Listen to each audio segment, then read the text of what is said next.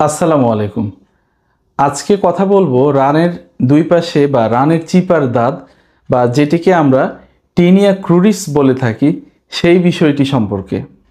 Tinea cruris বা রানের চিপার দাঁত এমন একটি সমস্যা যেটি কম বেশি সব ফ্যামিলিতেই সবাই আক্রান্ত হচ্ছে। ধরুন আপনি একজন চাকরিজীবী বা আপনি একজন ব্যবসায়ী। সকালে যে আন্ডারওয়্যারটা পরে আপনি বাহিরে যাচ্ছেন, সারাদিন এই আন্ডারওয়্যারটা আপনার পরনেই থাকছে। সারাদিনের ঘামে ভেজা জামা কাপড় যখন আপনি বাসায় এসে খুলছেন, তখনই আপনার শরীরে প্রচণ্ড রকমের চুলকানি শুরু হচ্ছে, বিশেষত রানের দুই পাশে। আমাদের অনেক মা বোনরা ঘরের গৃহস্থালী কাজকর্মে সারাদিন ব্যস্ত থাকে। গরমে ঘামের কারণে অনেক সময় তাদেরও রানের দুই পাশে টিনিয়া ক্রুরিস দেখা দিতে পারে। এবার প্রশ্ন আসতে পারে, রানের চিপায় দাঁত হলে আমরা প্রথমে কিভাবে বুঝবো যে আমরা দাঁতে আক্রান্ত হচ্ছি? প্রথম দিকে আক্রান্ত স্থানে জামা কাপড় খোলার পরে কিছুটা চুলকানি হবে, একটু লালচে ভাব বা র্যাশ দেখা দিতে পারে। অনেক সময় চুলকাতে চুলকাতে সেখানে ছোট কিছু বিচি দেখা দিতে পারে এবং রোগীরা যেটা কমপ্লেন করে, এই বিচিগুলো চুলকাতে চুলকাতে একটা সময় পরে কিছুটা রিং শেপের অনেক বড় হতে থাকে জিনিসটা। এই দাঁতের মাঝখানটা রিংয়ের মতো খালি থাকতে পারে, আবার কখনো অর্ধচন্দ্রাকৃতির বা একটু গোলাকার শেপও ধারণ করতে পারে। তবে এ ধরনের অর্ধচন্দ্রাকৃতি বা গোলাকার শেপ সবসময় থাকে না, কারণ প্রথম দিকে যখন দাঁত দেখা দেয় তখন আমাদের বাংলাদেশের বেশিরভাগ মানুষ লোকাল ফার্মেসি থেকে বা পাশের বাড়ির বা তার ফ্রেন্ড সার্কেল কারো কথার উপর বেসিস করে বিভিন্ন ধরনের অ্যান্টিফাঙ্গাল স্টেরয়েড ক্রিম ব্যবহার করে থাকেন। এদের মধ্যে মোস্ট কমন যে ক্রিমটা আপনারা ব্যবহার করে থাকেন সেটি হচ্ছে পেভিসন ক্রিম। পেভিসনের মতো আরও কয়েকটি কমন যে অ্যান্টিফাঙ্গাল স্টেরয়েড ক্রিম আপনারা ব্যবহার করে থাকেন তার মধ্যে অন্যতম হচ্ছে কম্বিসিড ক্রিম, ডার্মোমিক্স ক্রিম, কম্বো 4 ইত্যাদি ক্রিম। এই ক্রিমগুলোতে অ্যান্টিফাঙ্গাল ক্রিমের পাশাপাশি স্টেরয়েড ক্রিম দেওয়া থাকে। সো অ্যান্টিফাঙ্গাল এবং স্টেরয়েডের এই কম্বিনেশন যখন আমরা আমাদের আক্রান্ত স্থানে ব্যবহার করব, তখন কিছুদিনের মধ্যে আমার রানের দুই পাশের যে চামড়াটা সেটি কিছুটা মিশে যাবে এবং মনে হবে যে আমার রোগ মনে হয় এখান থেকে পুরোপুরি চলে গিয়েছে। কিন্তু এ ধরনের অ্যান্টিফাঙ্গাল স্টেরয়েড ক্রিম ব্যবহার করে মূলত আমি আমার স্কিনের নিচে থাকা জীবাণুকে আরও বেশি সক্রিয় করে দিচ্ছি এবং সাময়িকভাবে এই জীবাণুগুলো কিছুটা দমে থাকলেও কিছুদিন পরে যখন আমরা এই ক্রিমগুলো বন্ধ করে দিব তখন এই জীবাণুগুলো অনেক বেশি সক্রিয় হবে এবং আক্রান্ত স্থানে একটি গোলাকার দাগের পরিবর্তে আরও অনেকগুলো দাগ দেখা যেতে পারে। দীর্ঘদিন যেমন 2 মাস, 3 মাস, 6 মাস এভাবে যদি আমরা অ্যান্টিফাঙ্গাল স্টেরয়েড কম্বিনেশন আমাদের চামড়ায় ব্যবহার করতে থাকি, তাহলে কিছুদিন পরে আমাদের রানের চিপাটা অনেক কুচকুচে কালো হয়ে যাবে এবং চামড়াটা কিছুটা পাতলা হয়ে যাবে। আরও একটি গুরুত্বপূর্ণ বিষয় হচ্ছে, আমাদের গর্ভবতী যে মায়েরা তাদের পেটের মধ্যে যে ধরনের ভাঁজ বা তাদের পেটের মধ্যে যেরকম স্ট্রিয়া দেখা দেয়, যেটিকে আমরা বলে থাকি ফাটা দাগ, এইরকম কিছু ফাটা দাগ আমাদের রানের দুই পাশেও দেখা দিতে পারে। এই কারণে স্টেরয়েড অ্যান্টিফাঙ্গাল ক্রিম কখনোই আমরা চিকিৎসার শুরুতে দিব না। তবে অনেক দিনের যদি দাঁত হয় বা চামড়ার মধ্যে যদি ইনফ্ল্যামেশন থাকে বা কিছুটা এক্সিমেটাস চেঞ্জ থাকে, সেক্ষেত্রে আপনার রেজিস্টার্ড ডক্টর যদি মনে করেন যে অ্যান্টিফাঙ্গাল স্টেরয়েড ক্রিমটা আপনার জন্য প্রয়োজনীয়, তিনি সেটা প্রেসক্রাইব করতে পারেন, তবে অবশ্যই অল্প কিছু সময়ের জন্য। এবার আসি সঠিক চিকিৎসা কি হবে। যখনই আমাদের রানে আমরা এ ধরনের ছোট কোনো বিচি দেখব যেটিকে আমরা মনে করব যে হয়তোবা আমি দাঁতে আক্রান্ত হচ্ছি, সেক্ষেত্রে আমরা অবশ্যই প্রথমে অ্যান্টিফাঙ্গাল ক্রিম ব্যবহার করব। বাজারে বিভিন্ন ধরনের অ্যান্টিফাঙ্গাল ক্রিম রয়েছে যেগুলো শুধুমাত্র অ্যান্টিফাঙ্গাল ক্রিম এবং এটিতে কোনো ধরনের অন্য উপাদান অ্যাড করা নেই। এদের মধ্যে মোস্ট কমনলি যেটা আমরা ইউজ করে থাকি সেটি হচ্ছে কোট্রিমাজল, ইকোনাজল, সার্টাকোনাজল, মাইকোনাজল, সিক্লোপিরক্স, অ্যামোরলফিন, টাইকোনাজল ইত্যাদি ক্রিম। এই ক্রিমগুলির যে কোনো একটি ক্রিম আপনি ব্যবহার করতে পারেন প্রতিদিন 2 বেলা করে, সকালে এবং রাতে আমরা ব্যবহার করতে পারি। ব্যবহারের নিয়ম খুবই সহজ।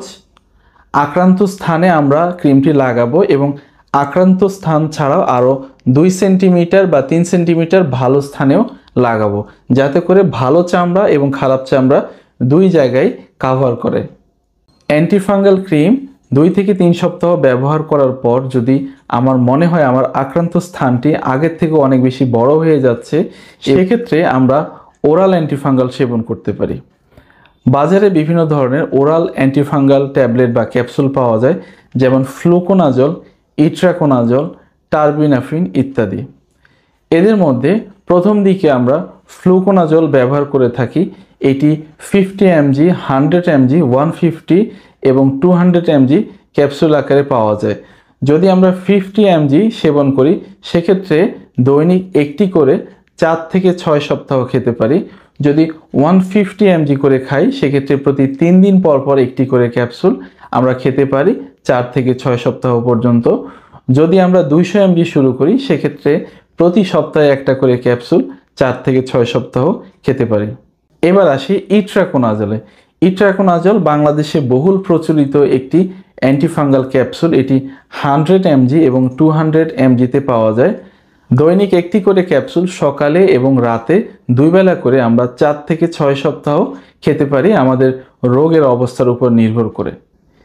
এই ইট্রাকোনাজল ক্যাপসুল 2টি ফরম্যাটে পাওয়া যায়, একটি নর্মাল ইট্রাকোনাজল এবং আরেকটি ইট্রাকোনাজল সুবা ফরম্যাট।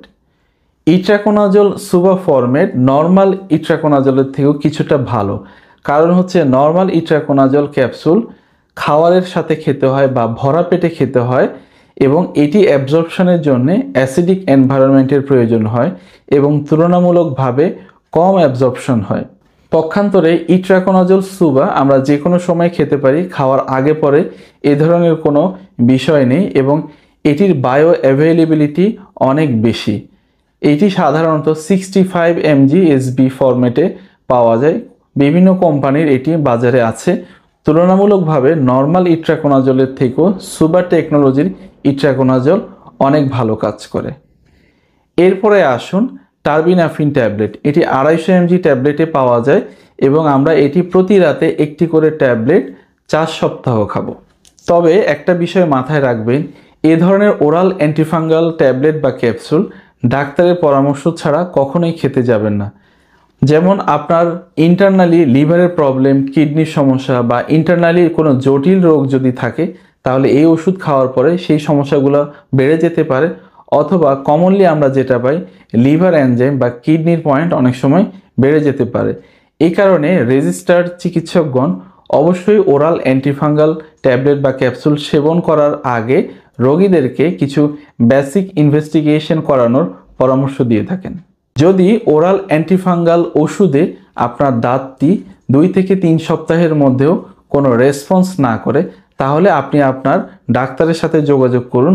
ডাক্তার হয়তো আপনার ওষুধের ডোজগুলি কিছুটা পরিবর্তন করে দিবে অথবা নতুন ধরনের যেসব অ্যান্টিফাঙ্গাল ট্যাবলেট বাজারে আছে সেই অ্যান্টিফাঙ্গালগুলো আপনাকে প্রেসক্রাইব করতে পারে। এবার আসি কিছু নিয়ম কারণে। চেষ্টা করবেন ভেজা জামা কাপড় নিয়ে সারাদিন না থাকার জন্যে। কর্মক্ষেত্রে একটি করে এক্সট্রা আন্ডারওয়্যার নিয়ে যেতে পারেন। যখনই মনে হবে যে আপনার আন্ডারগার্মেন্টসটা ভিজে যাচ্ছে, তখনই সেটি চেঞ্জ করে ফেলুন। সাথে সবসময় টিস্যু রাখতে পারেন, তোয়ালে রাখতে পারেন বা রুমাল রাখতে পারেন। যখনই শরীর স্যাঁতস্যাঁতে বা ভেজা মনে হবে, সাথে সাথে মুছে ফেলতে পারেন। চেষ্টা করবেন সবসময় সুতি কাপড়ের আন্ডারওয়্যার পরার জন্যে। আরও ভালো হয় যদি প্রিমিয়াম কোয়ালিটির ভালো ব্র্যান্ডের কোনো আন্ডারওয়্যার পরতে পারেন। মহিলাদের মাসিকের সময় চেষ্টা করবেন 3 থেকে 4 ঘন্টা পর পর স্যানিটারি ন্যাপকিন চেঞ্জ করার জন্যে। রান্নাবান্না করার সময় কিছুক্ষণ পর পর একটু ফ্যানের নিচে থাকতে পারেন এবং গা কিছুটা মুছে আসতে পারেন। শেষ কথা হলো, রানের চিপায় দাঁত হলে ঘাবড়ানোর কিছু নেই। একজন ভালো স্কিন ডক্টরের পরামর্শ নিয়ে একটি ভালো চিকিৎসা নিন। ইনশাল্লাহ অল্প কিছু দিনের মধ্যে আপনার দাঁত একদম ভালো হয়ে যাবে। দেখা হবে পরবর্তী ভিডিওতে দাঁত সম্পর্কিত অন্য কোনো ভিডিও নিয়ে। সে পর্যন্ত ভালো থাকবেন। আসসালামু আলাইকুম।